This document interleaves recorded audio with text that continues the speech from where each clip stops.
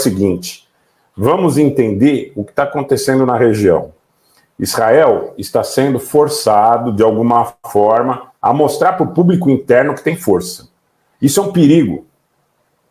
Porque mandar uma corveta SAR 6 é mais ou menos assumir que, na realidade, não cabe outra situação que não seja do enfrentamento total generalizado. Essa corveta pode ser atacada. E um ataque a essa corveta pode significar uma guerra total contra os Houthis. Muito provavelmente, você vai ter um acirramento tremendo do Hezbollah contra Israel no norte de Israel. Muito provavelmente você tem envolvimento de grupos iranianos na Síria, que está do próprio exército sírio, de grupos pró-iranianos no Iraque, e você vai, de alguma forma, carregando cada vez mais a possibilidade de que os iranianos venham a intervir diretamente. Eu acho que é um negócio que os iranianos não querem.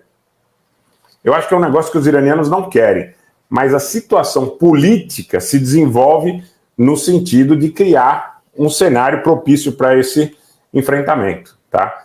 Então, o Kaique pergunta, o Irã pode derrubar um porta-avião dos Estados Unidos? Olha, poder, tecnicamente, até pode afundar um porta-aviões dos Estados Unidos ou avariá-lo. A grande questão é a seguinte: qual é a resposta dos Estados Unidos? Qual a resposta possível? Teria que ser uma resposta, boa tarde, André Gazeta, teria que ser uma resposta muito violenta.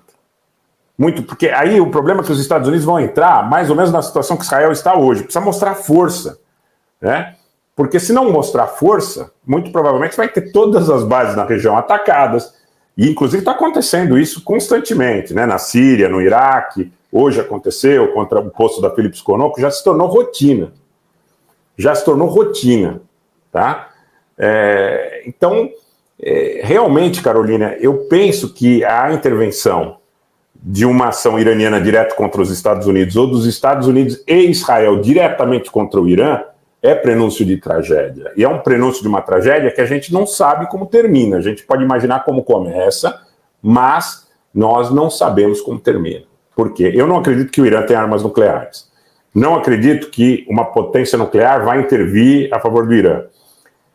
Tem gente dizendo coisa aí, que o Paquistão, que a China, que a Rússia poderiam intervir a favor do Irã. Não vai acontecer. Mas o que pode acontecer, efetivamente, é você ter uma destruição por meios convencionais muito grande em Israel, inclusive para as forças dos Estados Unidos que estão ali no entorno. E aí você pode dizer, nesse caso, você acredita na possibilidade do emprego de armas nucleares, ou por Israel ou pelos Estados Unidos? Aí as coisas começam a mudar sob o aspecto da previsão, né?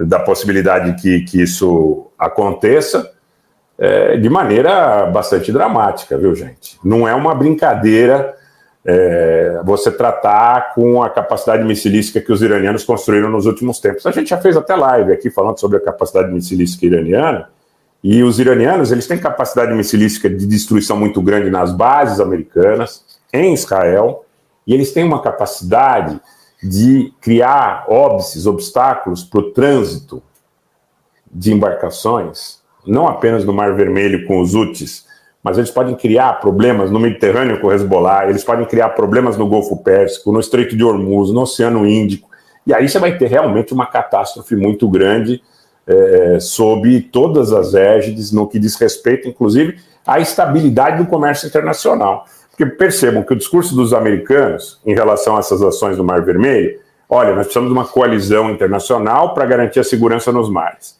E aí eles vão buscar o beneplácito de quem? Da União Europeia, da Coreia do Sul, do Japão, da Austrália, dos países que tradicionalmente costumam sustentar essa aliança.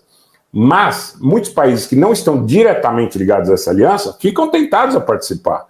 Porque o link para a votação está na tela, Carlos Eugênio, e está aqui também, ó, a Antônio de Castro está colocando constantemente, tá? Está colocando constantemente, tá? Então, eu vejo que nós temos um cenário muito, muito, muito, muito delicado, tá? E ao contrário do que um usuário está dizendo aqui, a gente não acha, a gente conhece as nuances, estuda, percebe, e principalmente, eu acho que o que faz um diferencial, se alguém tiver o placar para atualizar o Eduardo aqui, por gentileza. Obrigado, Maria Dias, por ter votado. O que eu percebo nesse momento é que um grande diferencial desse canal é o seguinte: a minha interlocução é na região. Eu não vou buscar só a fonte aberta do Telegram, porque isso não vai efetivamente trazer nenhum tipo de ilustração. Quem quiser informação de fonte aberta de Telegram, vai e consulta as fontes abertas de Telegram.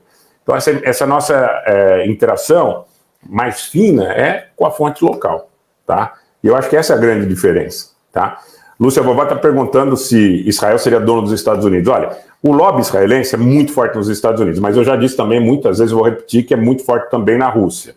A grande questão é a seguinte, o Biden, se ele pedir, não, Antônio Martati, não precisa de senha para votar, só para assistir.